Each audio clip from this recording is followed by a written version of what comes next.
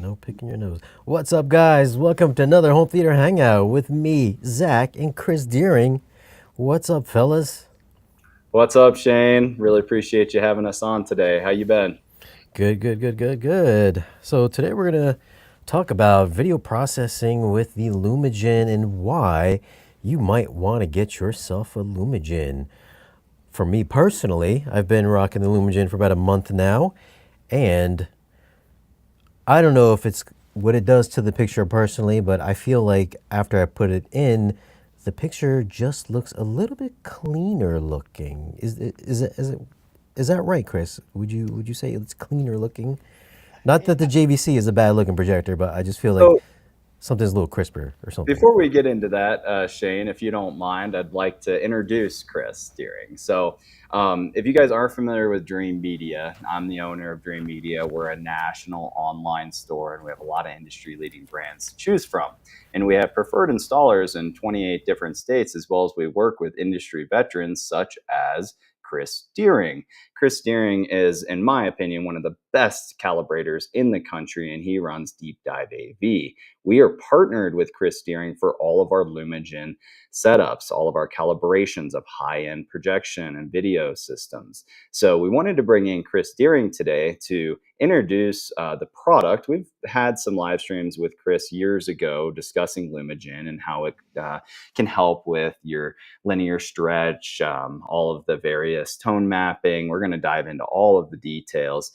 But we actually got a Lumagen into Shane's hands for his brand new theater that we had the absolute pleasure of participating in. We got in his room right now an insane RBH home theater system with, I believe you have the 21-inch sub over there right now, Shane, and you have the Trinov, you have had Mad VR in the house, and we're going to talk about the differences between Lumagen and Mad VR and some of the reasons you may want to choose one over the other later in this stream. In addition to JVC and Kaleidoscape, many other manufacturers that we believe in here at Dream Media. But I wanted to bring on the specialist, Chris Deering, so we could really dive into Lumagen. So over to you, Chris. Yeah, thank you so much, guys, for having me. As I've said, I've worked with you guys at Dream Media on Lumagen products before in the past, and I think I can't remember all. We've done a few podcasts on different things in the past. During But COVID. yep. Yeah, I've been in this industry a little over 2 decades now. I started off in the review stage. I wrote for Secrets of Home Theater and High Fidelity way back in the day, doing a lot of the bench testing of like DVD players and stuff early on. Worked over at Home Theater Magazine and then Sound and Vision Magazine doing reviews.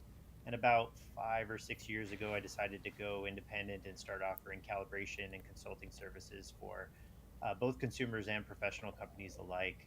So that's been going really well, and I continue to enjoy helping people get the most out of what kind of theaters they have. So Yeah, and you do an absolutely phenomenal job. So the way the process has worked for us here at Dream Media is we want to maximize the potential of your system. So when we're in the design phase, we're building out these systems, really considering all the different elements. Are you going to be going ultra wide? Are you going 16 by 9, 235, 240? There's so many questions we have. What's the seating distance from the screen? How many rows of seating are we going to do? What's the foot Lambert calculation on the setup? What type of screen are you going to be using? Just a variety of questions. And once we finally nail down all the details, the next step is making sure that that system is put in properly. Because if a Lumagen isn't set up by a professional, a trusted professional, which obviously you are our number one choice, then things they may not get the full value of the product that they paid for. So what we do here at Dream Media is we'll send over the JVC projector, we'll send over the Lumagen to Chris, and he will tune that unit and the JVC as well as the Lumagen to your exact screen in your exact room to ensure that you're maximizing the potential of your system. yeah, Shane and I were talking about this a little bit before we went on air, where I talked about, specifically you're kind of talking about Lumagen, and I look at Lumagen and a product. Earlier you mentioned like MadVR NV, and I think Shane is running a Trinov in his room and things like that. There's definitely a level of equipment that is really designed to be what's considered a CI or a custom install product. It's not really meant to be an off the shelf, like you go to Best Buy and, hey, I saw Best Buy has the Lumagen, I'm just going to buy it and throw it into my system, any more than, if they had a Trinov. It's like, yes, if you push video through it, you're going to get a picture out the other end, or you're going to get audio out of a Trinov, but they're really designed to be something different than your standard off the mill TV settings or things like that. They're generally a Lumagen, or a product like a Lumagen, like an NV or anything like that, is designed specifically to fix issues that are a limitation with the display system you have. Whether that's, you're using a scope setup and you don't want to have to sit there and deal with lens memories, whether you have HDR processing that's just not giving you what you think you should be getting out of a display, whether the calibration prowess of the display you're using isn't, up to the standards that you want, things like that. Those kind of boxes deliver that, but they're designed to be installed by hopefully whoever's selling them, and they have a good understanding of it, so that they're installed properly. You're taking advantage of all the advanced features, and honestly, after that point, most of them disappear into the background. And I feel, again, this is the same whether or not you're talking about a Mad VR, NV, or a Lumagen, because I know we're going to kind of talk about that, where these are products that once they're set up properly, honestly, the end user should have very little to almost no interaction with them after that point, other than for just some key features that they may want to turn on and off at some point. But, like, they should just be something that allows you to not have to, so you can sit back and enjoy. I mean, that should be the ultimate goal of any install job, is that at the end of the day, the person using that system, they hired the best people so they can just sit back and enjoy it. Yeah, absolutely. That's the key. You want it to be easy, and you want to feel like you're getting every penny out of the system that you paid for. And that's what Exactly. we firmly believe here at Dream Media, and proud to have Kris as part of the team. So let's talk about where this component fits in your system for people who are new to home theater, home cinema. Maybe we can just kind of break it down for them. Guys, you have your processor, you have your amplifiers that drive your speakers. Your processor is handling your video decoding as well as your audio decoding, and it's sending your signal up to your projector, right, or your television. This unit falls in line between your processor and your projector. And there's a vast variety of reasons. I mentioned a few, and Kris, you've hit on a few, of reasons why you may want to consider adding this unit in. So I think this would be a great opportunity now, Kris, for you to just really explain this product thoroughly and explain all the reasons why a consumer may want to add this in. Yeah, I mean, the name kind of tells you, if we think about products that are common in home theater, most people, what they're used to when they think about any kind of quote unquote processing, generally falls into audio. So if you think about an AVR or a surround sound processor, whether or not you went separates or with an AVR, just think about what that's doing. So you have your sources. They usually go into an AVR, which provides switching, but that's also where it's like, okay, I'm going to set up my crossovers. I'm going to set up my room EQ. I'm going to do all these things. So you are processing that audio that's different than any kind of processing that's, from the player, whether it's your Apple TV, Blu-ray player, or whatever else. So we've become accustomed to always having some kind of audio processing. And obviously there's different layers to that. There's, base AVRs that might not have anything more than a trim control and some bass management, all the way to Trinovs where you could literally, do a room with hundreds of speakers in there and delays for all of them and calculations and everything else, and correction. So a video processor is basically that. Okay. So it identifies a need, depending again on the system, where you have a source providing video, and that's just usually just pushing video out. And then it goes to the display. So what can or can't the display do that that you want it to do? So it's generally, people start talking about like, oh, it doesn't do this very well. Oh, it doesn't do that very well. I have to buy a new display. Well, maybe you don't. Maybe this is an option where you can take more advantage of the capability of that display without having to buy something new. Most of the key things that people kind of hone in on, especially lately, is HDR processing. A lot of the projectors out there, it doesn't really fall too much into the flat panel world, but in the projector world, HDR processing can be pretty lackluster. The JVCs do a really good job with it, but the other ones are pretty hit or miss. Most of the time I get a client that calls and says, I bought projector X, and it's like, it's good. I really like the projector with anything I watch, but as soon as I watch HDR, it's just always dark. It doesn't seem right. I futz around with all these settings and I don't know what they do. It needs to be brighter, so I'm jacking up the brightness setting, even though that's just raising their black floor. Things like that. And so, a Lumagen, or again, this can be, again, kind of one or the other. Just a video processor in general will give you options to override the the limitations of the display that you have on the processing side. So that's another thing I kind of want to be clear of, is that a video processor can't make a projector do something it's not physically capable of. So it can't make a projector brighter than it is. Like, if that projector has 3,000 lumens, it's going to be 3,000 lumens. There's not a unfortunately not a little laser guide that pumps in more light into it. If the black floor is this, that black floor is that. But the color gamut, same thing. That those are all limitations of the design of the projector, but you can maximize the potential of that projector, with something that's an outboard video processor. So HDR tends to be a really big one that people key in on. The other, I'd say, that's the bigger one is aspect control for people that have scope screens, especially, where a lot of these projectors, they deal with that through lens memories, where you're like, oh, I've got a lens memory for scope and I've got a lens memory for 16 by 9.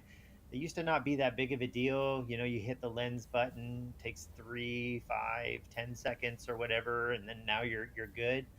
But now we're in the age of, like, well, yeah, it used to be just mostly scope and 16 by 9, but now it's like 2.0, 2.2, 1.9, variable aspect ratios. Like, why is it doing that and then doing that and then doing that, and things like that. So a lot of these have ways to make it where that kind of all goes away. And then the third one I would probably say is calibration. At the end of the day, any display only has so many settings available to it. If you want to eke the most out of it in terms of calibration, when you add an outboard video processor, it just has far more advanced tools and more capability to, again, dial in the picture when it comes to LUTs and things like that. Like, basically what they use in, like, the pro side in Hollywood and things, you could start using that in your home to get the absolute most. So, like a Trinov, like we were talking about, a lot of people buy that because their room correction is, far and beyond what you would get from, just some bargain basement AVR. And you start seeing names like Dirac and Odyssey and Arc and all those things. Well, those are all calibration, and each one of them provides benefits for that over what you would get with, nothing, or whatever the generic thing is on there. Video processors usually have a lot more prowess when it comes to tightening and getting the calibration, just right, when it comes to any display. Really appreciate you getting into that, Kris. Now, maybe Shane, you could give us a little insight into, you actually have that unit in the house. How have you liked it? And what are your initial thoughts?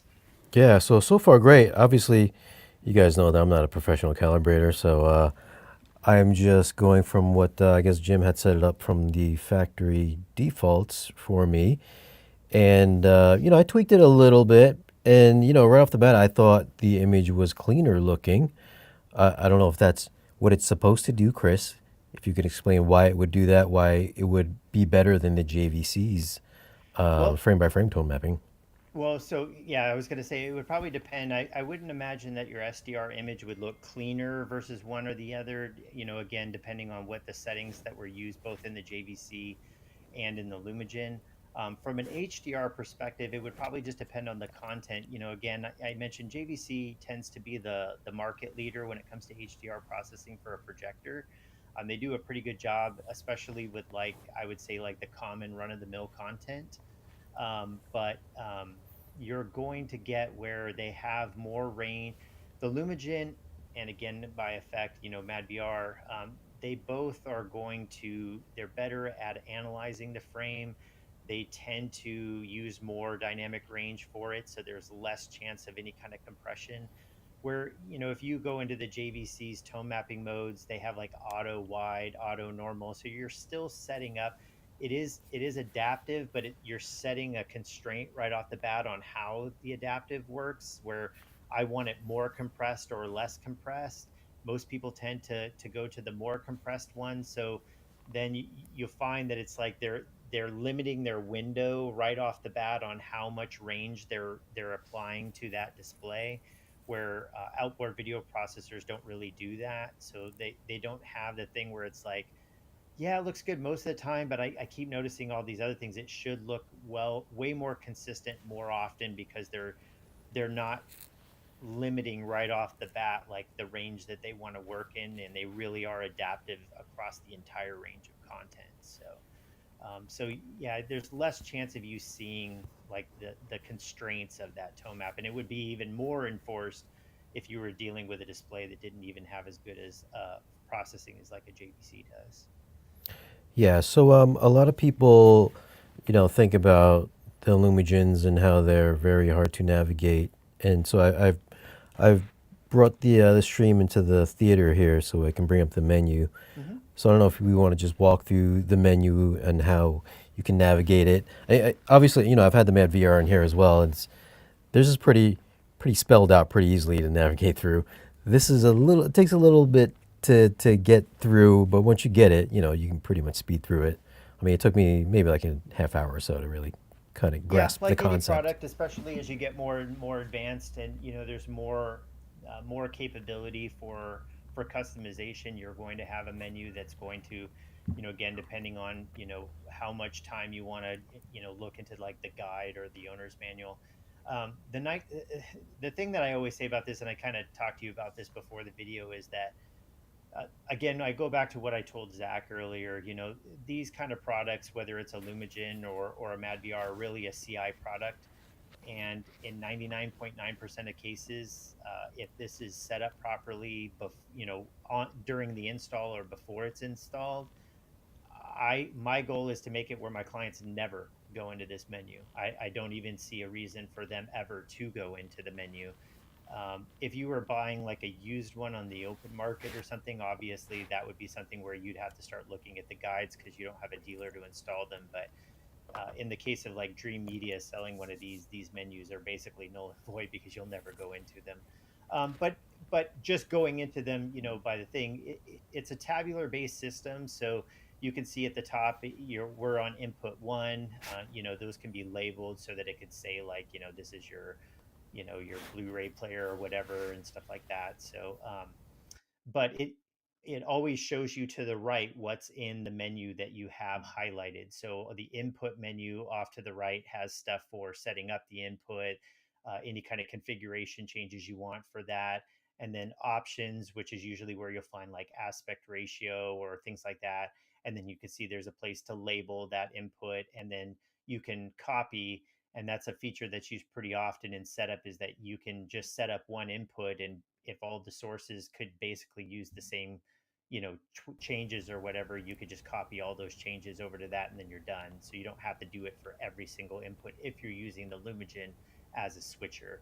That's one of the big differences between Lumagen and MadVR, is Lumagen has the capability of buying units that have 4, 8, 10, 4, 6, 8, 10 inputs, so you could use it as your switching device versus using like an AVR. And this was a lot more important back in the day, when a lot of AVRs kind of had their own built-in video processing that sometimes wasn't ideal, or they didn't have the most reliable switching with certain kinds of sources. Or let's say you're just somebody that's like, man, I have this old Lexicon MC10, and Logic 7 is the greatest surround format ever to be available in home theater, and I'm never getting rid of this. You can claw it out of my hands or whatever. You could use a Lumagen to do all your switching with more of these new advanced products that are HDMI 2.1 or whatever, and still use a legacy AVR for it, because we're going to send just the audio to that AVR. It doesn't need to have compatibility for the video. So that gives you the ability to use a legacy device if you feel strongly about it, or something else, and then just do all the video switching in the Lumagen and not have to worry about HDMI conditions and things like that. So So there is a flexibility there that you get that you don't get, with the NV product with the single input, where you have to use your AVR. And again, depending on what you have, you might not need that. So if that's the case, you could buy the lowest model Lumagen with the least amount of inputs, which is only two, and then just use Mm, it as a pass through device after the AVR. So um, yeah. Yeah, I What's think that's really common. We get a lot of customers that have a killer audio system and they're just wanting a projector upgrade. And now that AVR, it's got HDMI 1.4 in it. It's not going to work anymore. But exactly. it's a great processor. So Yeah. in a situation like that, it's wonderful to have that switching ability. Well, the other thing, and again, like we're kind of talking about the niche kind of stuff. I get clients still. Like I just was down in Texas, and I had three clients on that trip that had HD DVD players still, and they're like, "Yeah, I use this all the time. That I like this version of the movie." Well, all the old Toshiba HD DVD players are not compatible with the newer AVRs because of their HDMI coding. Or I get guys that have like Laserdisc players that have some kind of transcode HDMI on there. Well, with a Lumagen I can do that. So there's ways that it creates, again, like you have to think of a video processor as something that's a solution to a problem. You know what I mean? So it's there for, like, hey, I have this condition, I can't manage this condition just like this. It provides, again, if you need that, there is a solution for that that might be different from something else. So yeah, so getting back to the menu there, you can see, like, you can change different things that have to do with that input. So in the options here, if we went to the aspect setup, that would be where we would have all the auto aspect ratio stuff, and that was what we were talking about before. If somebody has a scope screen and they don't want to deal with, oh, I need the lens to change to this, I need the lens to change to this, I have to figure out what aspect ratio this movie's even in, I have no way of knowing that, so that I can go to the appropriate lens memory for that. So they're watching Top Gun Maverick and they're like, this isn't scope, but it isn't 16 by 9, what is it? Well, it's 1.9. Do you have a lens memory for 1.9? Do you have a lens memory for 166, 185, 2.0, 2.1, 2.2, 235, 240? I mean, the list goes on and on. A video processor, immediately identifies that and can frame it into your scope frame like that. So that's probably a feature that's so underestimated. And then as soon as I get a client that installs it and they think they bought the processor for maybe like the HDR processing, they're like, oh my god, if I would have known what the aspect ratio stuff can do, I would have had this years ago. Because they're not waiting for a lens to move, they're not trying to figure out which aspect they even need to go to, because there's no way, it's nothing reports what their aspect ratio is and things like that, as opposed to just the video processor like instantly basically taking you there. So that's what the aspect setup stuff would have, the stuff that would be set up for that. And again, like all of this, if somebody's buying something through Dream Media, Lumagen, all of this would be set up before it even went into the client's hands, so that it's just plug and play on arrival. We want it to be, again, like that experience of just put it in, sit back and enjoy. um, Yeah, once you have one of these guys in your home, you'll wonder how you ever lived with lens memory, honestly. yeah, It's yeah, it makes a sitting huge there. difference in the day-to-day use. Yeah, the day to day, it adds up, and it just automatically takes care of all of that for you. The way that Kris sets it up. Yeah. what's the speed on the instant change So on over? a Lumagen, it's within one frame. So if you're watching something, it's 1/24th of a second, Yep. 24 frames in a second. So 1/24. So it's essentially instantaneous. It's again, think about how fast 1/24th of a second is. Um, so, and then that can actually be changed. You can see there it says auto aspect speed is instant, but you can actually delay it if you're somebody that doesn't want it to change as quickly. I don't know why you would, but Yeah. you could actually change that. Um, some people like it because, like, they don't like it when it identifies like the little pop-up, because like something came up in the bottom right that says like Disney Plus, or yet like there's a quick logo or whatever, and they don't want it to respond as instantly to that. Mm. So there can be things like that. Um, so that's a big feature. One of the again, I know you guys are also a Mad VR dealer. Some of the differences, I think, in how they handle aspect versus what Lumagen does. Both of them obviously do auto aspect. The Lumagen does it within 1/24th of a frame, so there is, you just see that change. Mad VR buffers frames out, so it tends to look maybe just a touch smoother. It's still pretty much instant, but it's just because they can buffer out, so they can kind of make it where it just does it. Um, that's one of the bigger changes between Mad VR and Lumagen is Mad VR buffers out frames. So anytime you install an NB, you have to add a ton of audio delay in your receiver. It's usually like 240 seconds because of how many frames they're delaying, which is why you can't use an NB with something like a gaming system if you have like an Xbox or a PS5 or something like that. Where with a Lumagen, you're only one frame behind, so you can actually use a gaming system through this. Now, I wouldn't say that you could use it, if you're one of those Twitch, like competitive gamers or something, but most of those people aren't probably gaming on a projector to begin with. But, I have tons of clients that like, oh, I love this. I can play games and have HDR tone mapping on all those things and have a good time with it. But that's not really an option with the other product. Right. The only other thing that's kind of a change is that the way their nonlinear stretch works. So both products have nonlinear stretch, and what I mean by that is, like in the example of Shane's system here, Shane has a 16:9 screen. Let's say he wanted to use some kind of stretching to make it where he didn't have black bars above and below the image. Or if you had a scope screen, you're going to have black bars on the sides if you're using a narrower aspect than scope and you wanted to fill that, they have what's called nonlinear stretch. And we say nonlinear stretch because you're doing a certain amount of stretching and a certain amount of cropping. Because if you just stretch the image all out to the width, then everything would look wider. If you just stretched it all vertically, everything would just look taller. You want it to be kind of a balanced stretch, Let's be real. It's kind of a horrible feature, but yeah, go ahead. It is, yeah. It's not, but some people like it, some people don't. So one of the main differences there, both have nonlinear stretch, but Mad VR does vertical nonlinear stretching.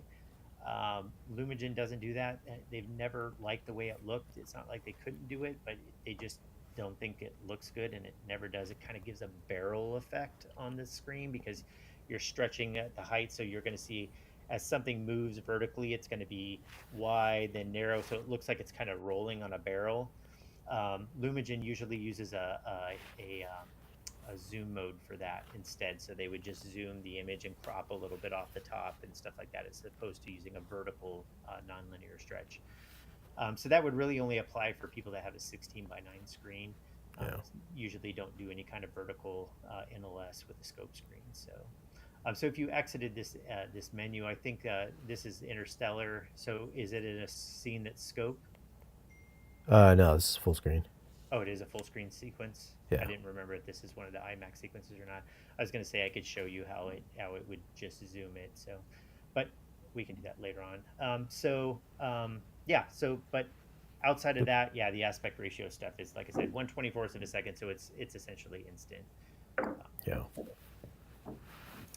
And then outside of that, everything else in here is just like little tweaks and stuff. Again, not a lot of stuff that people mess with. You can see, in anyone, go back up to in configurations, you can literally change settings based on the resolution coming in. So you can see they have slots already. So like if you wanted to have different settings for an input source so like, let's say you have like an Oppo Blu-ray player and you set it to source direct. So that it's always just sending the native resolution of what you're doing.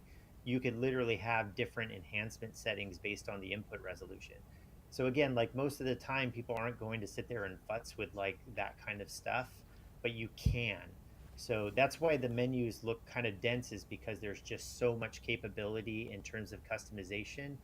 But we're getting to the point now where most video doesn't need this. This is a product, Lumagen's been around for 20 years. They've literally, been around since the days of, SD products and stuff like, interlace video, and they've just combined features. So as their product line is, gotten better and better, they still have a lot of that capability that they had before that was based on, oh, what did people need at that time? So you see a lot of that in there. So it looks dense, but most of these things aren't things that you're going to go into.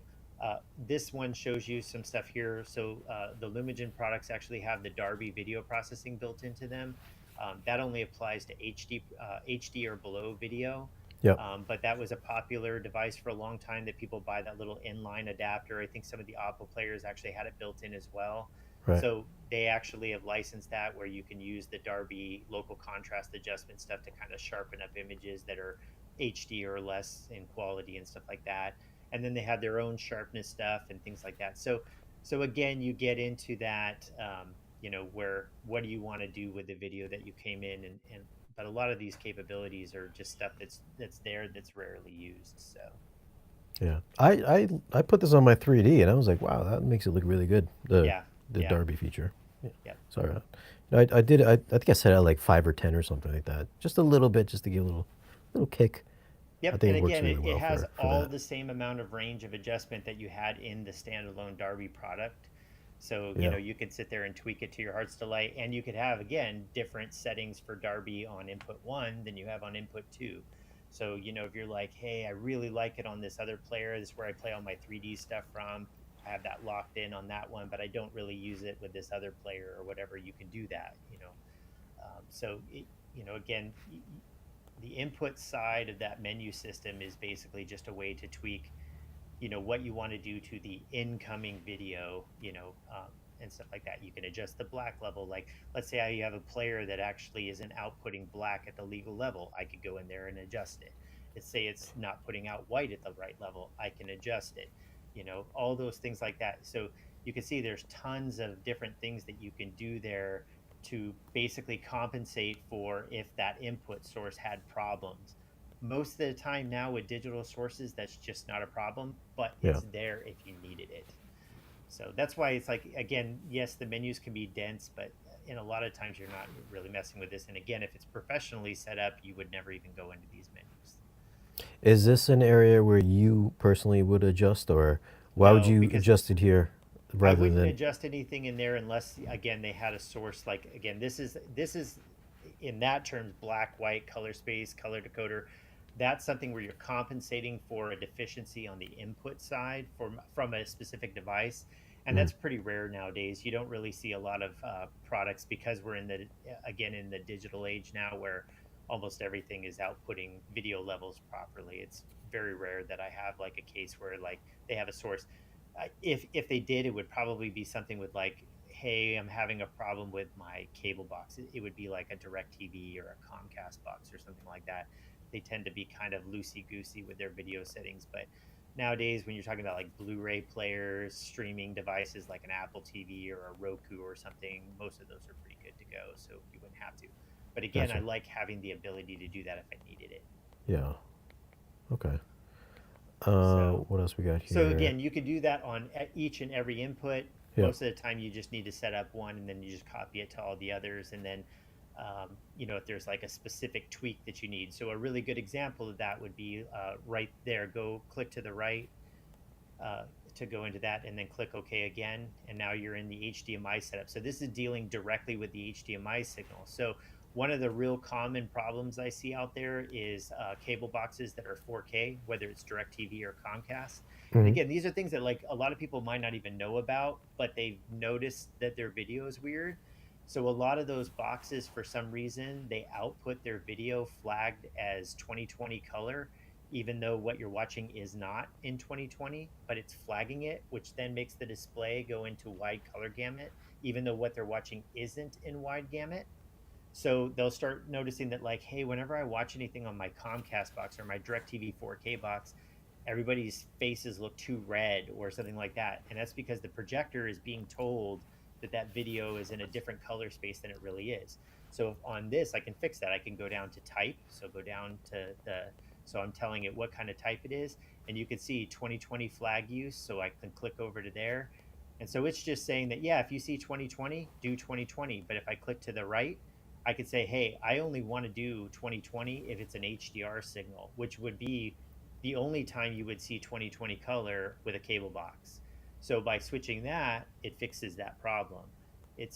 So I would know that on like, hey, input three, I'm going to be using a cable box. I would go in there and set that so that it would tell me that. Um, so again, like little tweaks based on, issues that we've seen out in the field or that they've seen out in the field rather. Right. So What's um, his gen lock? So Genlock is basically a way to make sure that the video and the audio clock are directly in sync with each other, so that there's no way that you get any kind of drop in the video. So the way the clocks work, or they're just completely matched, so that there's no way. MadVR doesn't have Genlock. They have a thing where they know that their clocks are slightly off from each other. So Hmm. what they do is I believe, I don't quote me on this, but I'm pretty sure how they do it is they buffer it, so they know at some point they're going to have to do a drop, or like a weird, like to get them back into sync. Excuse me. And they try to do it where they'll, if they see a frame, like where you go to a black frame or something like that, they can do it during that so that you don't notice it, where Genlock would not do that. So Got you. Let's talk about the HDR setup, which I think a lot of people would be interested in. okay. Yeah, so again, like all of this stuff. So let's go ahead and go out of this menu just completely here, because I kind of want to talk about this product if we're going to talk about it a little bit more and how it would be used.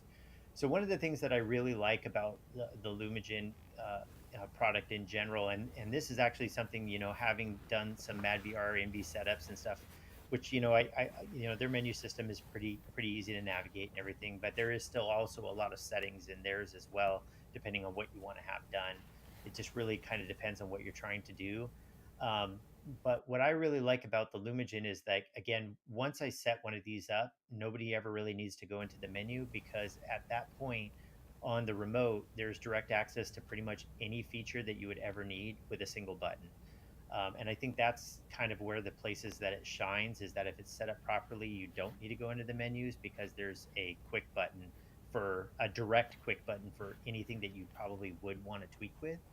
So on in the case of the HDR settings, there's literally a button that says HDR settings, or you can click the left arrow and it would do the same thing. It's like a quick key. And that brings up the same settings that you saw on the other one. So you can see it instantly comes up, and then you can, while you're watching the video, you can make adjustments. Now, in this case, we have this into the service mode for the Lumagen, so there's a little bit more settings here than you would get if we had this in like the general menu mode. So this is more like when I configure things, I put things where I have, more options to adjust. And what you have here is, you have, if we went from left to right, you have your D-pad, which, if you think about HDR video and tone mapping, all you're really doing is compressing video. It's a lot like, compressing audio. If you have a lot of dynamic range, but you have a system that doesn't have enough dynamic range, you compress it. So we're taking a signal that's, from 0 to 1,000 nits, and we're trying to show it in a signal, into a container that can only do 0 to 100 nits. So what do? We have to compress that video down. So D-pad is a dynamic pad. It basically is telling the Lumagen that, hey, I want to provide a little bit of headroom, so that, from frame to frame, if we went from one frame to another frame that had like instantly like a really bright highlight or something like that, you're trying to do this all on the fly. You're giving it a little bit of a buffer at the top end for those kind of transitions if they just happen to creep up within a frame. Because remember, everything that we do is, in the Lumagen, is done within one frame. So that's giving it a pad. So 0 would be no pad. So you would have the most amount of range on screen. So your highlights would look the brightest, but you could ride where something had a transition quickly that might go into where it's a little overblown for a second until the frame adapt kicks in or something like that. So you're just telling it like how much range you want to give it. As you go higher, you're just giving it a little pad, then a little more pad, then a little more pad. So if you have a display that has a lot of brightness, like let's say we were doing like a Christie in a room, and we have 400 or 500 nits to work with, you don't need as much, you don't need to ride that pad as much, because you already have so much brightness to begin with. So I can actually run a higher pad, because the image is already bright. But if you didn't have a lot of range, you're like, I need to eke out everything I can because I only have this much to work with. You might run a higher pad, but there's the chance that you might get, a frame or something that had something in there if you were sensitive to it. So Is this um, the basically what the JVC does? How does it? no, so JVC is defining a range pretty much the whole time. So they have auto wide and auto normal. Auto normal tends to always want to ride brighter, so they tend to default to the higher bits range. So if you go into theirs, it's like auto normal, auto wide, and then it's like -1 to +5, or I mean to Yeah, +2. yeah, So they only have 5 ticks of range. They, you know what I mean, from -2 to negative to +2. +2 would be the brighter, more compressed. Everything is brighter, and there's less difference between anything. yeah, So that's how yeah. compression works. So if you want the image bright, everything is bright. There's less range in between any one thing. If you go to -2, the image is darker, but you have more range that you're now in. So the difference between a bright thing and a dark thing would be bigger, but at the expense of overall brightness looking that way. Yeah. So auto wide and auto normal on a JVC, the only thing they're doing is if you do auto wide, or I mean auto. Now I'm tripping myself up. Auto normal would be defaulting more to having more range, so the image would look a little darker but more dynamic. Right. Auto wide would default to the higher numbers, but both of them are still working within that constraint of just those numbers. It's just which one they're picking out of those numbers based on what they're seeing. The Lumagen doesn't do that. You're not defining like this little window for it to work in. You tell it what you want the display to do, and then it adapts to anything out. That's why, Gotcha. like, if you look at MadVR, some of their demos, they tend to use like really hard content, because it's just hard to do that when you're working in a small range, where like a Lumagen and MadVR doesn't have any problem with that, what you're putting into it. Yeah. It doesn't have those same kind of limitations. But the pad is just a way of just saying, hey, I'm going to build in, I don't really care. I'm going to build in a little bit of padding for it if I want to, and stuff like that. So, it's just kind of a taste, it's giving you the ability to kind of fine tune it how you want. Mhm. The ratio is just based on your global max light. So the global max light is basically telling it, how much range you want to emulate with the display so that it can set its tone to it. So in this case, we're telling it, hey, we're going to emulate about a 500 nit display. And then the ratio tells it how much of that is your nit to nit range. So if you knew you only had 80 nits, as your true peak white, you could change that ratio, and underneath it, you can see effective max light equals 80.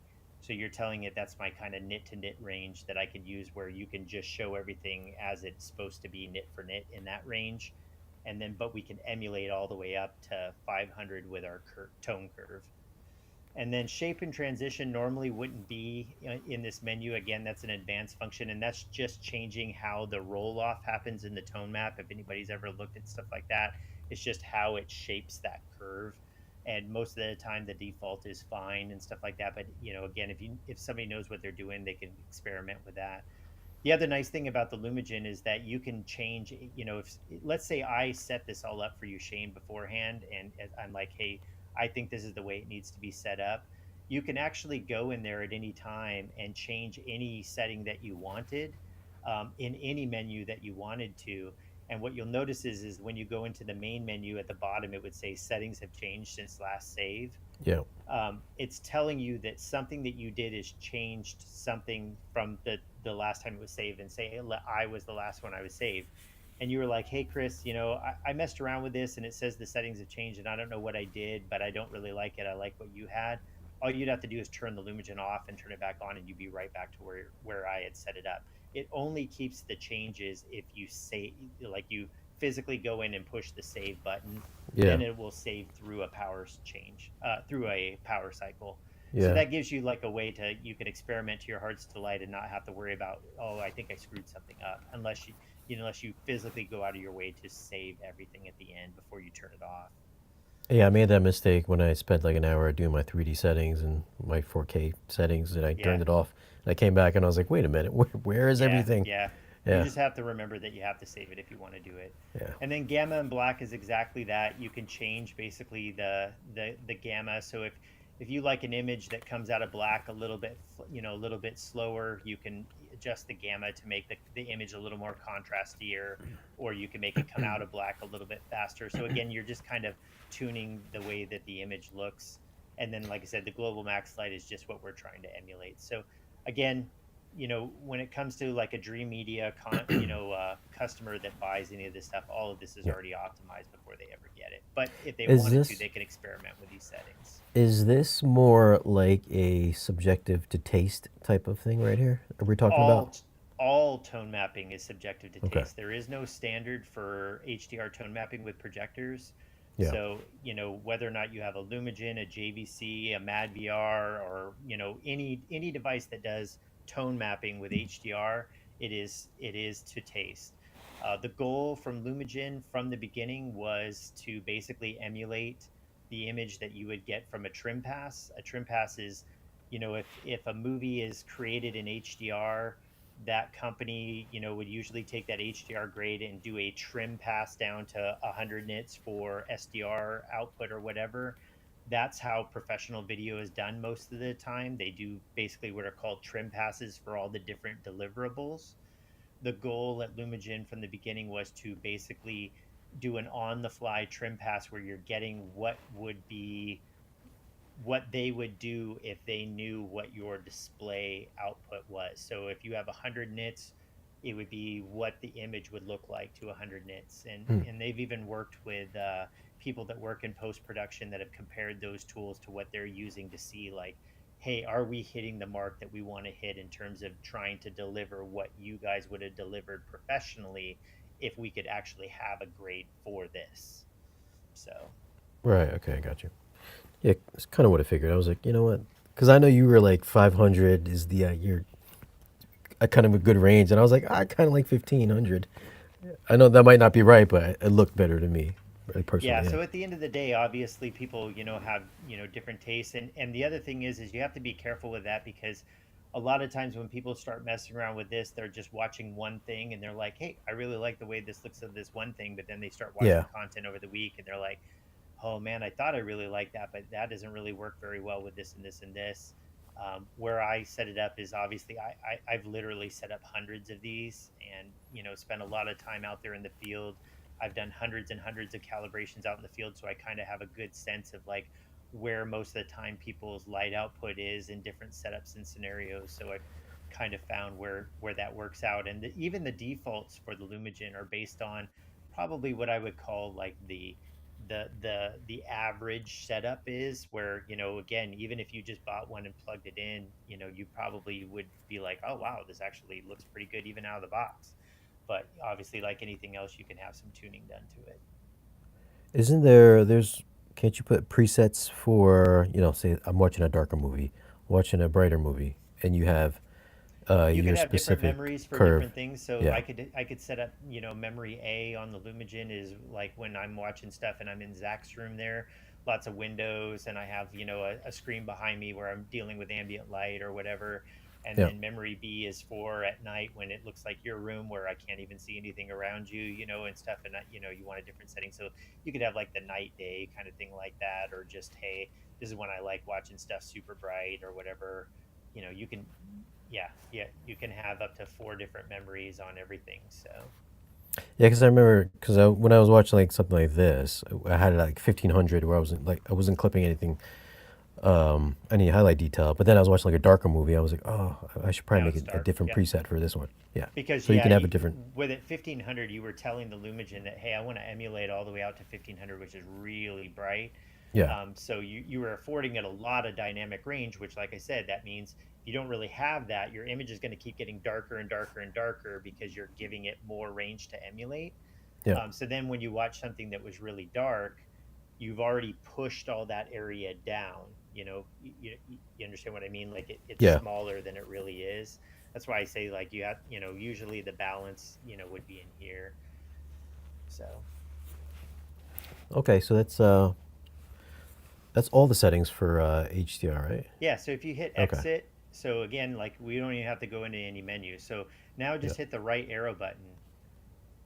Yep. See, so that brings that up immediately. Now hit Yeah. exit. Now hit the left arrow button. Yeah. So if you hit the left arrow button, that Oh, brings that's a up different their one. sharpening settings, or if you wanted Yeah. to adjust the Darby, that's all right there. And then also on the remote, you can see that if you wanted to lock an aspect ratio, which is another feature I use quite a bit on the Lumagen, you can see that there's literally a button already prescribed for every aspect ratio on the remote itself. So let's say you're Let's watching see. Interstellar is actually a pretty good example of that. Let's say that you have a scope screen and you're watching Interstellar. Well, Interstellar has multiple aspect ratios in it because Nolan does that where he has the IMAX sequences versus the rest of it. So if you have a scope screen, well, let's think about how Nolan decided to present this movie on a scope setup. So if I went to the movie theaters and I watched Interstellar and I watched it at an IMAX screen is a constant width screen. The width never changes, the height does, and that's because IMAX is tall, right? So he has these sequences where he opens up for an IMAX frame, and if you're in an IMAX theater, it just extends the image vertically a little bit. Well, 99.9% of people out there have TVs that do the same thing because they have 16 by 9 TVs because most people that's what they have. So when you're changing that aspect ratio, it just sits there and fills in those black bars that you see when you're watching Interstellar or one of Nolan's movies, right? But if you have a scope screen, let's say you have a 2.4 screen in your room, well, if you had gone to the movie theaters to watch Interstellar or any of Christopher Nolan's movies, you would have noticed if you didn't go to an IMAX screen, he doesn't sit there and shift the aspect ratio. He actually graded that movie to be 2.4 safe. So everything is framed fine for 2.4. So you would have watched the movie and the movie would have stayed in 2.4 the entire time. So what the Lumagen does is has a sticky feature for their auto aspect. So let's say I turn on Interstellar and I know it's a movie that's going to have a switching aspect ratio and I don't really want it to switch. I also don't like using NLS. I think so. This goes back to a video that was made a long time ago. There's some guys in Australia that were showing like Mad VR and their aspect ratio stuff, and they actually used Interstellar. It's funny that you have Interstellar up, and they were showing how during a scene where it was going bouncing between IMAX and stuff that there was no bounce going on, like the Mad VR was just keeping it constantly 2.4 the whole time. But the Hmm. problem with that video was is what they were doing was they were using nonlinear stretch. So they were doing 2.4, but any sequence that was in 16 by 9, they were actually nonlinear stretching it out to 2.4, which I pretty much sure that Christopher Nolan wouldn't want because he already framed it properly for 2.4. So what I can do that with Lumagen, but I wouldn't want to do that with the Lumagen. So what I would do is when this movie started, if I have a scope screen on the button, the minute the movie started on my remote, I would push 2.4 on it, and that would lock the aspect ratio to 2.4 for the rest of the movie. So now it would just show the 2.4 framing for the entire movie. It would ignore anything that was going on outside of there for the scenes that did the open frame for the 16 by 9 viewers out there. But then as soon as the movie stopped or the Lumagen saw an interrupt in the signal, you stopped the player, you did whatever, it would go back to being an auto. So that way you're still showing the framing that he did for that movie for screens that are not 16 by 9 and stuff like that. So and Right. again, you can see on the remote, it doesn't matter what aspect ratio it is. You can lock an aspect ratio at any time that you want. Um, so again, that's one of the things I really What? like is that What? everything is a direct button push right on there, so you don't have to go into menus. It's just right there. All right. So if this switches over to 2.4, it would just stay in 16 by 9. It would just crop in. Am I correct on that? If I put it on 16 by 9, Yep. when this goes over to 2.4, it would just it would just crop in 16 by 9. Is You that? have a 16 by 9 screen, so it doesn't Yeah. work the same. What I was talking about is people with a scope screen. Oh, okay, okay. So so remember in the Lumagen menu there was input and Yeah. output. In the output you define what your screen is and then it knows that. So if it knows you have a 2.4 screen and then you lock 2.4, it locks it and it would mask out the stuff that's on there. So you wouldn't have to worry about like stuff off your screen or anything like that. So Okay. Got well, could it do what I'm saying though? Like if I'm watching this on my 16 by 9 and I know this is a Christopher Nolan movie, but I just want to keep it in his IMAX ratio the whole time in 16 by 9. Can it do that? No, that would be the nonlinear stretch that we were talking about. I mean, yes, I guess technically I could put it in auto aspect ratio and have it do. There's a function called zoom. So Right. the scenes that were 2.4, it would do a zoom out to crop. So it wouldn't do stretching. It would literally crop the sides. Yeah. So again, I wouldn't recommend doing that. Yeah. So no, there isn't a way that I could. There might be a way that I could set up a custom aspect ratio. I actually never had a client that's actually asked me to do that. Look at So that. First for everything.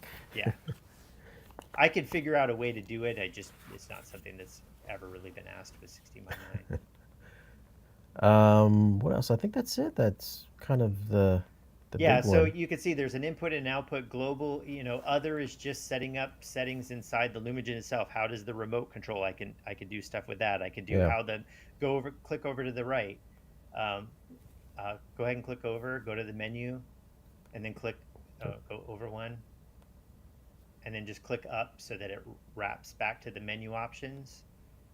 So click over to the right, and see here I can now click to the right. I can change where the menu position is because I don't want it in the center of the screen. So you can keep going. There's I think 12 different settings you can do there. So I like putting it in that bottom left. And now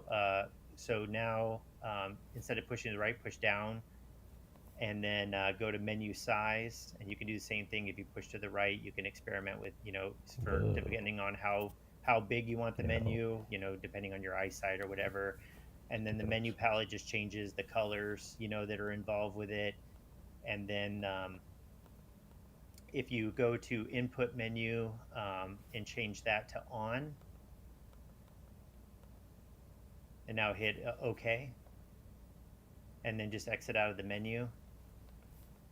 Again, right below the menu buttons on the left side, there's a button that says input. If you click that button, it'll now show you if you had again, if I had set this up and I had put labels on each thing, then you would know what's on each input, and then you could direct select it from there. Gotcha. So that gives you just a way to see, like, if you had 6 sources going into this Lumagen, I could have it where like input 1 would say Apple TV, 2 would say Blu-ray, 3 would say Kaleidoscape or whatever. You could literally just click over and push OK and go to that without having to remember what's on what input and things like that. So again, like a lot of these menu things are stuff that, once it's set up, you would never mess with it again, and it's just, for that. So Do people buy these for TVs or just mainly projectors?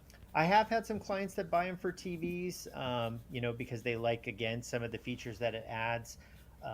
It just depends on what the TV is. Let's say you have a TV that you really like an old Kuro or whatever, but you want to be able to watch this kind of content on there, HDR or whatever tone map, you could do that. Let's say that you're somebody that has, a Panasonic Plasma or something like that.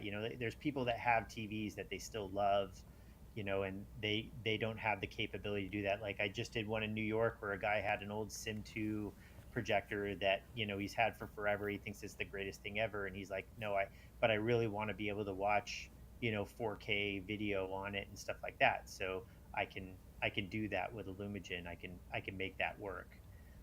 Where he wouldn't be able to do that otherwise. So there's, again, you see people use them for different display things, stuff like that. If you bought a Lumagen that has, 2 outputs, you might be feeding 2 different displays. Like, you get those setups where they have a flat panel behind a screen that retracts up and then a projector. So I can feed both of those and have different settings. Or I have a projector that has 2 screens. I have a lot of clients that are like, yeah, I have a scope screen and a 16 by 9 screen. So I have different configurations and calibrations for each. And all they have to do is push one button and it loads the one versus the other. And then that's, again, a direct button right on the remote. So they don't have to go into the menu and be like, oh, I need to select this or whatever. They just push the one button and it's done. Right. Or lens in, lens out. Some guys like to run the older anamorphic lenses where they only use it for some stuff and not the other, all those things. So again, like these devices do a lot of stuff that people don't talk about. Like a lot of people think of them as just like, again, because HDR is like the flavor of the year or whatever. It's Yeah. like what everybody talks about. But, Lumagen's been around for 20 years. So HDR has been around for like not even a quarter of that or right around a quarter of that. So obviously there was a reason to have a video processor before there was HDR. So Yeah. Does adding something in the chain, does this do you think at all does anything negative to the image? No, the only thing that you always have to worry about with anything when you're adding it into a chain is just HDMI compatibility. HDMI sucks. It's one of the worst transmission, systems that's ever been designed. I absolutely hate it with all of my being, but it is what we have. So anytime that you're doing anything with HDMI and you're adding more devices into a chain, there's always the cases where, you could end up running into starting to run in HDMI problems. I run into them all the time in different setups, especially when you get into stuff that has like matrices or stuff that does things where they like convert HDMI to fiber or some kind of, like Balin or something like that. Those systems, or they're running like multiple displays. I can't tell you how many clients I had that are like, man, I'm having nothing but problems. And I find out they have like another TV in a bar that's outside their theater and it's just some generic TV, but it's creating all these HDMI problems for everything else because it's all in the same system.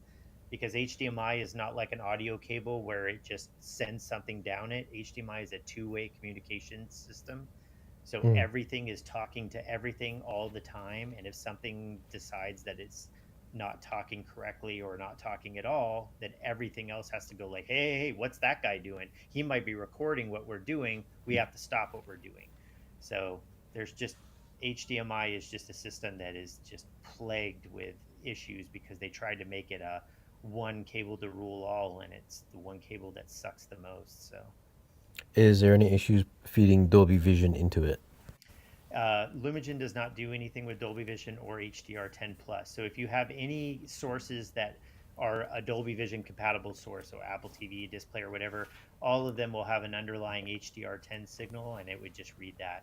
But that would be the same case with any projector that you're using as well. Other than Yeah. I think Epson and JVC will do HDR10 Plus, but even that their processing isn't very good. So I usually would tell you to not use it. I'm assuming Abe Froman. My VR has dual HDMI out. I use my MV for one with HDR and low latency Dolby Vision movies, and the other output for gaming and TV LED Dolby Vision. So I'm assuming he's probably got some rips without an No, so HDR10 what it base layer. sounds Or? like to me is he's using an NV, so he's using video sources that are just video, and he's saying he's feeding HDR and LLDV for whatever reason he wants to use the LLDV signal instead of the HDR10. There's been a lot of debate on that, and every single person that I know of that's actually really kind of dug into that has found that using LLDV isn't the advantage people thinks it is. So I wouldn't recommend using it, um, but again, we talked about the Envy has the problem where it has too much latency for gaming, so you have to bypass that. So if he's bypassing that for gaming, where with Illumigen, he would actually be able to, again, depending on how critical your gaming needs to be, you could actually still run your gaming system into the Lumagen and take advantage of its tone mapping. It even has a game mode where it'll actually lower the latency even more, and then it tone maps one frame back. So it's one frame delayed in the tone mapping from before to keep latency down. And it's usually at a latency level that doesn't matter for projector. Again, this is assuming you're using a projector. And most competitive gamers don't use projectors. So Yeah. if you're fine with just using a gaming system into a projector on its own, you'd be fine using it through Lumagen. What is it? Is it best practice to switch through the Lumagen, or should you use your processor? It would just depend on the processor that you're using. Again, the reason a lot of the multiple inputs were used is because, again, this is a device that's been around for a while. And it used to be that, some AVRs weren't very good at switching. Some of them had undefeatable video processing going on. So Lumagen gave you a way to have switching where, you might need it for a device because of the HDMI type it is, or you just didn't like the reliability of the switching with the AVR that you used.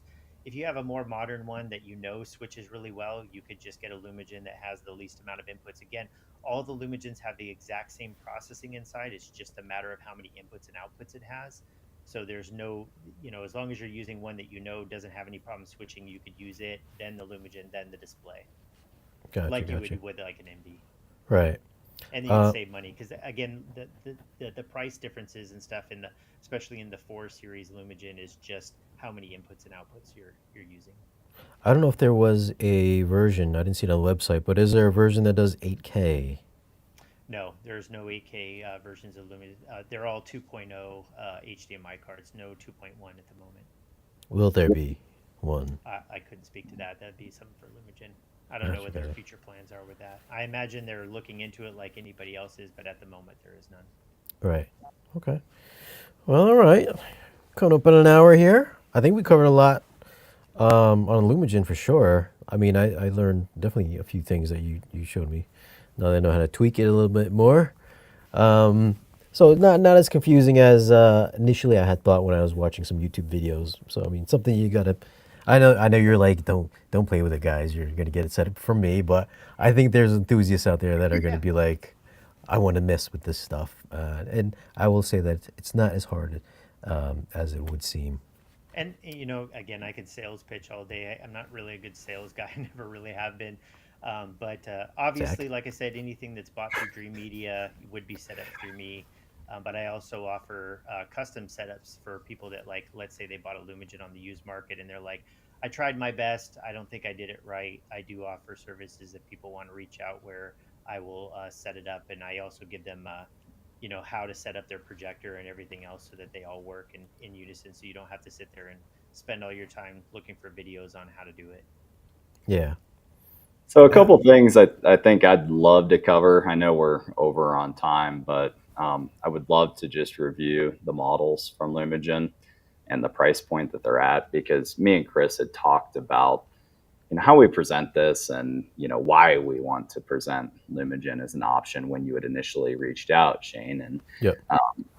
I think the price point is really compelling for some of the features that you potentially may not need with Mad VR. And then I'd like to close out by just discussing some of the major differences and reasons why we still would use Mad VR, and discussing the major differences between them. Sure. So the Lumagen basically has two lines. One's called the 5 series and one's called the 4 series. The 4 series is what's been around for a while. It is offered in from 2 inputs to 8 inputs. Um, each of the HDMI cards is basically 2 inputs, so it's always a factor of 2, 2, 4, 6, 8. So there's always 2 inputs per little card that's on their main board. So that's why it's always in twos. So a 2 input, the very basic base model. Now again, as I mentioned before, the video processing in all Radiance models is the same. There is no difference when it comes to, if I buy this model, does it have better video processing than this model? They all are exactly the same video processing from the flagship model to the base model. So, really effectively in the 4 series, the only difference that you're buying from one 4 series to another is how many inputs it has and how many outputs it has.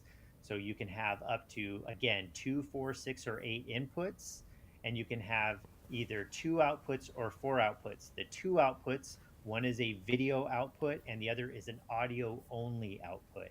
The 4 output has 2 audio outputs and 2 video outputs. So if you were wanted to drive 2 separate displays, you would have to have a model that has 4 outputs on it. So the very base model MSRP is $5,995. That is a 2 input, 2 output in a small compact case.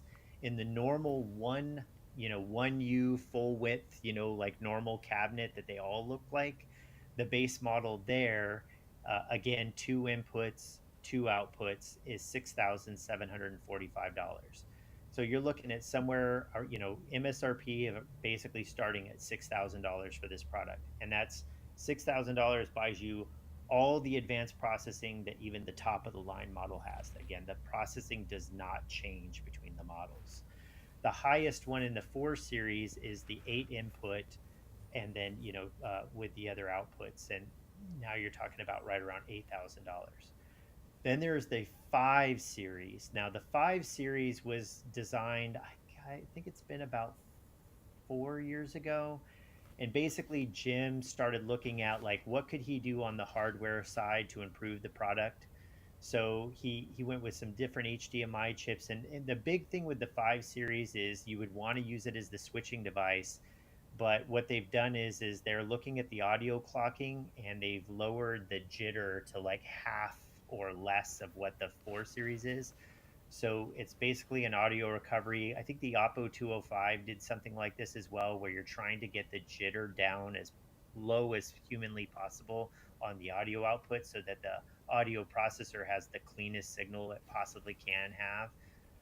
So that was what the 5 series. It's like better shielding. It's basically like an Oppo 205 versus a 203. They really looked at the analog section. How can we clean up any kind of noise, make everything as clean as possible? That one is only available with a 6 input or a 10 input. Again, there's no difference in the processing outside. Like the video processing itself is the same as the 4 series.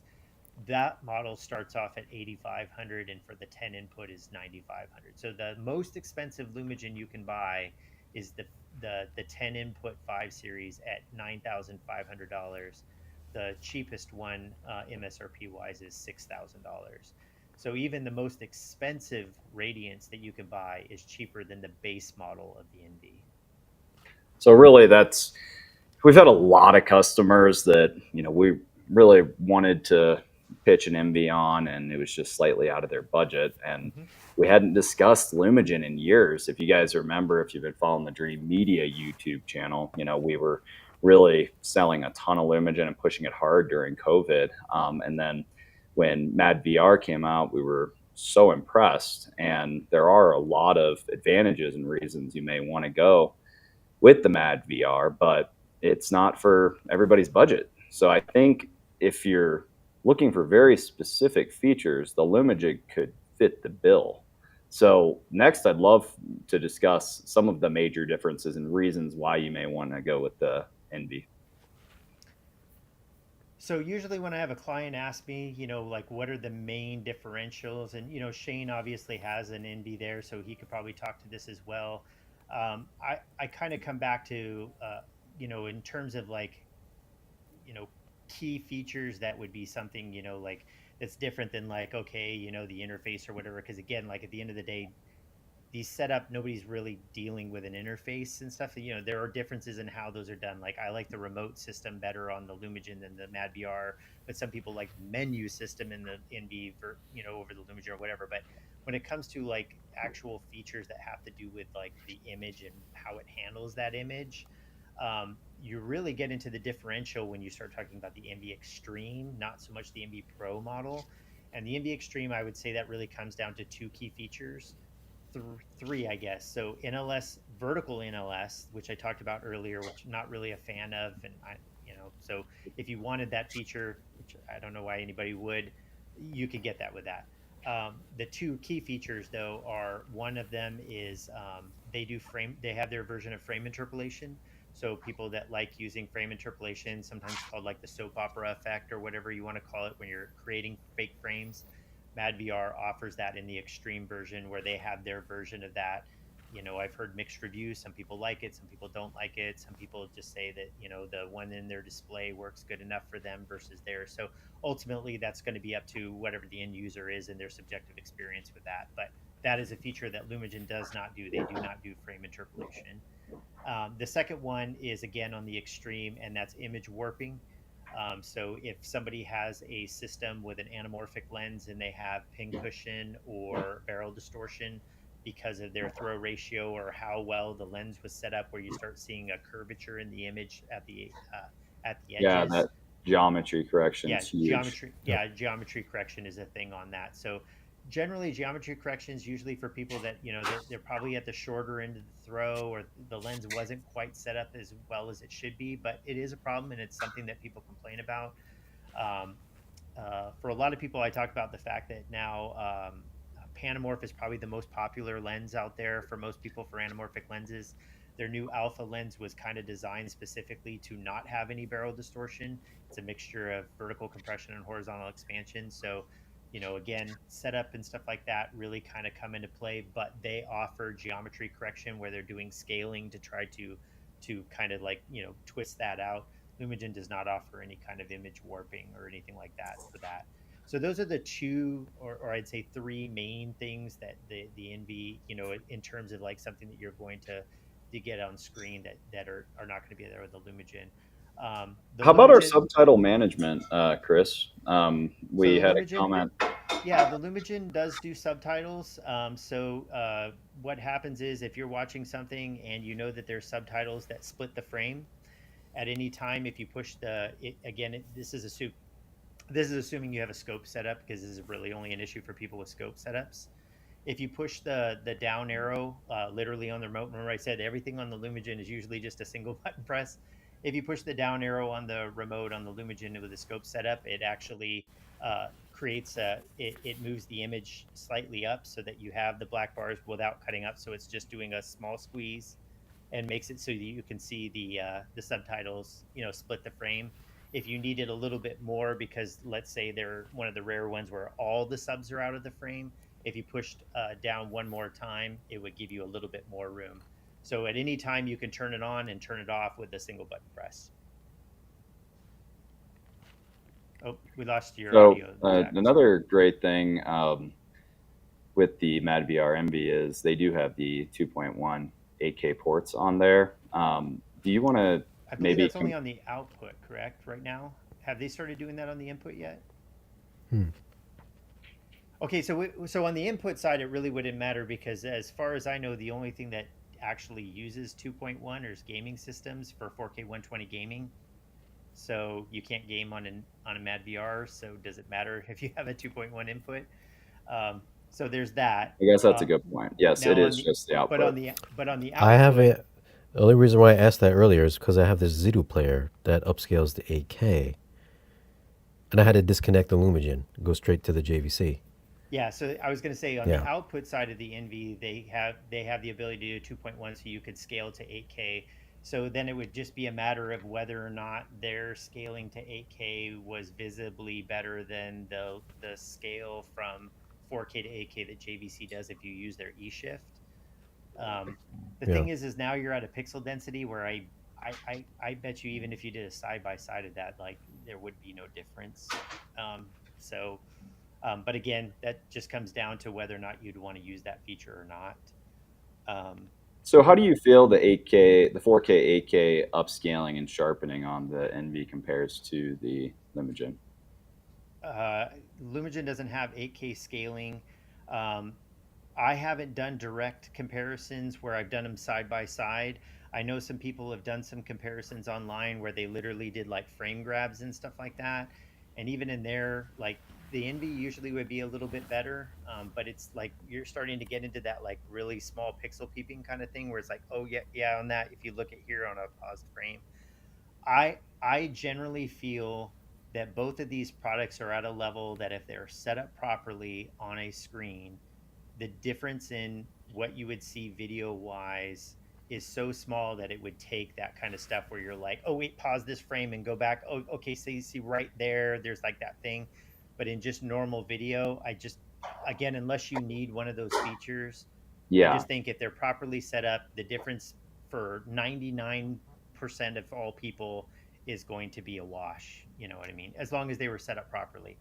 Yeah, and that's what we wanted to make this video for. I mean, there's going to be plenty of reasons why we need an NV in certain Absolutely. circumstances, but I hope this video is informative to all of you guys out there who may not be able or need some of those features or not be able to get into that price point to still have a really good solution to improve many different aspects of your home theater. All right.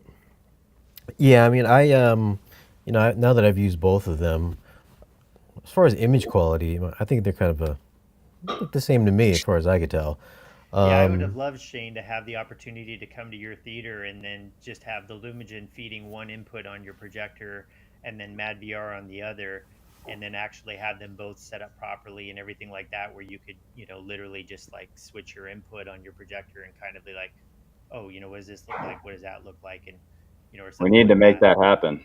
Or do like, at an event or something where you had like two projectors that are the same, set up the same, and you have one being fed by one and one being fed by the other, and you just have a bunch of different content playing and stuff. Like I said, I'd imagine that in most cases people would just be like, I can't tell the difference. And again, I'm a pro calibrator. I talk to a lot of pro calibrators out there that install these, and at the end of the day, there is a reason to have both. I'm not saying that, like, oh, don't buy an Envy or anything like that.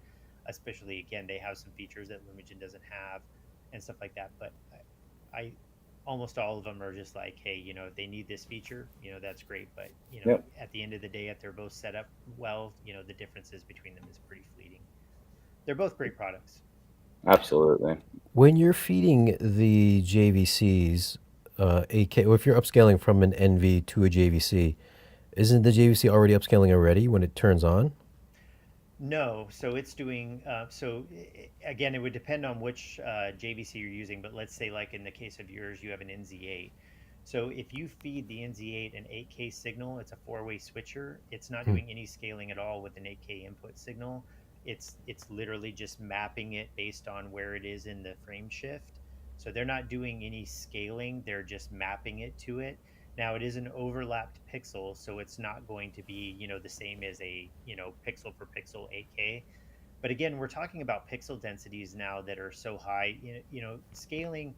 I'm not saying that there can't be scaling artifacts with that, but like I've never had a client ever been like, oh my god, the scaling of this or that. Like ringing and stuff like that happens from like sharpening and things like that is more of an issue, and that usually comes down to like a setup issue. But when we started getting into the 4K, you have so many pixels on that screen that the odds that you're going to see any kind of artifacts from that, your pixel density is just so high. You're already past the point at most normal seating distances, even in projection, that you can even make out pixel resolution at that point. 1080p wasn't enough, but 4K is usually past that threshold. If you're using something like eShift on the NZ8s and stuff like that, what you're really doing is kind of like an oversampling filter. So, they kind of do the same thing in audio. So, if you are adding any kind of image processing in, let's say you're using sharpness, like you were, we talked about your sharpness settings on your JVC, you didn't even know that you were using one. Um, Yeah. is that if you have eShift on, now that's being spread out over even more pixels than before. So the odds of you seeing an artifact in any one pixel goes down dramatically because now it's being spread from, you know, 4 million to 16 million pixels or whatever. So it acts as an oversampler. So even when I reviewed like the very first JVC that had this, I said, 8K is a marketing gimmick. Anybody that thinks that 8K is needed on a display is selling you something. I'll just say it flat out. They're selling you something. I am all about high resolution capture. So if you're a filmmaker shooting with an 8K camera, 16K camera, absolutely. The more the merrier. The more you bring in, the better the image is going to be because it has to go through post production, this, that, and everything. Hell, you can even go back to the DVD days or even the Blu ray days and look at a movie that was shot with IMAX versus Red versus 35 millimeter versus this camera, and you will clearly see a difference between those, even at lower resolutions, because you had so much on the capture side. But from a display standpoint, if you're sitting away from it with 4K, I tell people this all the time, you're actually past your visual capability at 4K. So I could take you up to the screen and focus the projector so that we're seeing like the little pixels. And I mean, you know how small they are even when you're right at your screen. So we focus them like perfect. They're like, oh, look at how perfect that focus is. So great, right? Okay, but then I can have you sit down at your seat 9 feet, 10 feet, 11 feet away, and I could slowly defocus that projector, and you wouldn't even know it until you hit the point where you're at your resolution. So, where your visual system actually starts to notice it. So, I could just sit there and slowly defocus that projector, and you wouldn't even know it until it hits the point where it's inside your visual acuity. So, you already have headroom in terms of that. So, JVC saying that, hey, we're 8K or whatever like that. I'm like, I don't care. There's no 8K sources anyway, unless you're like feeding a PC signal. But it does oversample. So that would be to me the benefit, not the fact that it's 8K. It's the fact that you now can spread any image processing you're doing over more pixels and things like that. For anybody that wanted to know more about that kind of stuff, Scott Wilkinson used to have that podcast, like the Home Theater Geeks or something, a long time. I don't think he does it anymore. Yeah. He used to do it for a long time. He did one with the late Rod Sterling from JVC. He's an engineer. He passed away from COVID, but he was an amazing video engineer. He was with Hughes before JVC bought Hughes, and then he worked at JVC for a long time. But he did a video with Scott where he talked about what eShift is and what it's trying to do. And this was back when they only had the 1080p ones that were e-shifting to 4K. But he talks a lot about how that oversample works and how that works with MTF, your transfer function, for how you represent resolution with something and stuff like that. So it's a really good one if you're one of those people that likes to learn about stuff. That's a great one that talks about what the advantage is to doing that with things. But again, it's like an oversampler. So. If you are watching, all right, so if you are upscaling with a JVC projector or through a Mad VR, and you're watching whatever it is you're watching, is that a true representation of what the source is looking like? I guess I don't understand your question. Like if I'm watching a 4K movie and I shot it in 4K, Yep. now you're upscaling my 4K creation to 8K. Yeah. I guess if you wanted a perfect pixel to pixel representation of it, you would turn eShift off. If you scaled it up, again, even if you just did it in the JVC, now, okay, I'll preface this. I only recommend using eShift on the 4K projectors if you have an NZ8 or an NZ9. No other ones of theirs. The other ones, even the NX9 from the line before, used a two-way shifter. Yeah. I don't like the two-way shifter. It is something that to me kind of softened the image. It didn't work well. Right. Their four-way shifter is a lot like, again, look at DLP. Almost every DLP says it's native 4K. You are not buying a native 4K DLP projector for under 100 grand. I'm not aware of any DLP under $100,000 that actually has a native 4K chip. Yeah. They're all a shifting chip. But a four-way shifting chip can do a much better job of representing resolution than a two-way shift. So if you have an NZ8 or an NZ9 or an NZ800 or an NZ900, the new models that were just announced, I actually like the eShift on. If you turn it off, there's no harm in it. It's still fine, but I don't have a problem with turning it on. In most cases, I think it would be probably a good thing. It's not going to hurt the image. I don't think you're going to get unless you're looking at test patterns. But it makes a slight difference. We actually put out a video on it because we had so many people asking, like, is the 8K shift legit? We actually just toggled back and forth, and it's notable. Yeah. And again, I would only recommend it with the four-way shifters. So the ones that say eShift X or something like that on there.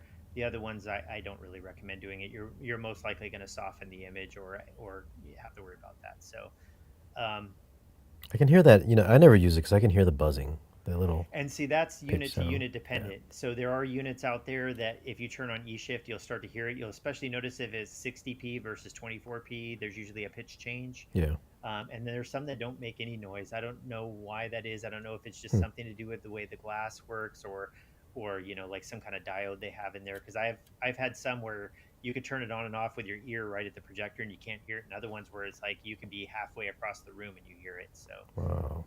So. You can hear it sitting in your primary seating area? Yeah, I can. On your NZ8. Oh, wow. Yeah. I mean, it's not like crazy loud, but I know it's there, though. Wow. Yeah, if you came to I have an NZ9. If you came into my room and I turned it on and off, you wouldn't even know that I did it. I mean, even if you were literally with it, like your ear at it, there's nothing there. So that seems to be a variance in units. Well, that sucks. I guess I've had two bad JVCs then. I've had an NZ7 and 8, and I've heard them on both. Yeah, so I was like, and then when they had the regular 2K projectors, to the 4K upscaling. Yeah. So it's like 3. So I thought that was just like a normal thing. The 1080p to 4K e-shifts, I didn't notice it too much with 24p material, but I definitely could hear it with 60p. It was louder because I think it's just how fast they're moving that glass, because now you have more frames. But it does seem to be unit dependent. Oh, that's interesting. Okay. All right. Well, this is great, guys. We're way over. I hope everybody watching tuned in today found some valuable nuggets in there. Kris, I really appreciate your time. You're just a wealth of knowledge, and I'm honored that you're a part of the team. Shane, thank you for having us on today. Customers out there, if you guys are looking to build your own dream home theater, reach out today for free video consultation. We handle the entire process from designing the room aesthetically, as well as all of the equipment, all the way through the implementation and calibrations. We'll really hold your hand and present all options that are available. We sell all the industry leading brands, and we'd love the opportunity to earn your business. Thanks for coming out. Kris, thanks for hanging out with us, guys. Hey, Benny's here. What's up, Benny Seabit? And we'll see you guys